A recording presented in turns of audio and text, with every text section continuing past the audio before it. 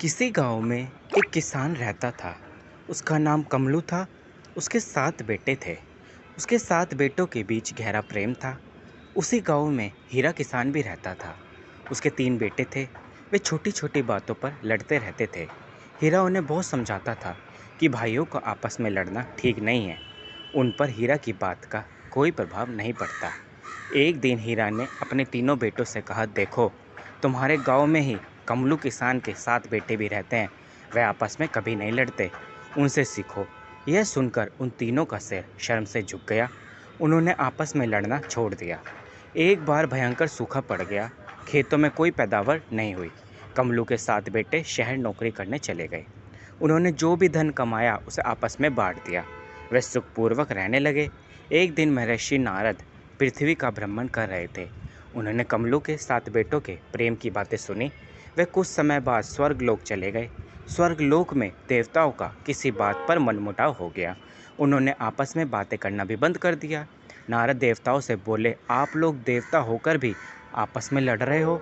धरती में कमलू के 7 बेटे आपस में कभी नहीं लड़ते। आप लोगों को उनसे सीखना चाहिए। सुनकर देवराज इंद्र बोले, हम उन 7 भाइयों की परीक्षा लेंगे।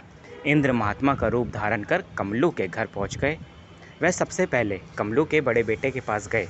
इंद्र ने कमलू के बड़े बेटे को 100 स्वर्ण मुद्राएं देते हुए कहा, लो, यह मुद्राएं रख लो। इनसे तुम्हारा जीवन सुखपूर्वक गुजरेगा। एक शर्त है। कौन सी शर्त? इन मुद्राओं को अपने किसी भाइयों को मत देना। मुझे नहीं चाहिए ऐसी स्वर्ण मुद्राएं जो मुझे मेरे भाइयों से अलग करें। देवराज इंद्र एक एक कर कमलू के 7 बेटों के पास गए। 7 बेटों ने स्वर्ण मुद्राएं इंद्र को वापस लौटा दी। देवराज इंद्र स्वर्गलोक वापस चले गए। उन्होंने 7 भाइयों की एक परीक्षा और लेने की सोची। कमलू की तिल की खेती अच्छी होती थी। इस साल तिल में खूब फूल आए। तिल पकने पर उन्होंने तिल ठेनों से तिल झाड़े। उन्हें आश्चर्य हुआ, तिल के फलों में तिल थे ही नहीं। तिल झाड़ने और छाँटने के बाद उनके हाथ एक ही तिल लगा। उन 7 भाइयों ने वह एक तिल आपस में बांट दिया। यह देखकर इंद्र प्रसन्न हो गए। उन्होंने 7 भाइयों को वरदान दिया कि वर्षों बाद भी लोकमानस में उनका नाम बना रहेगा। 7 भाइयों की भयात की बातें आज भी की जाती है।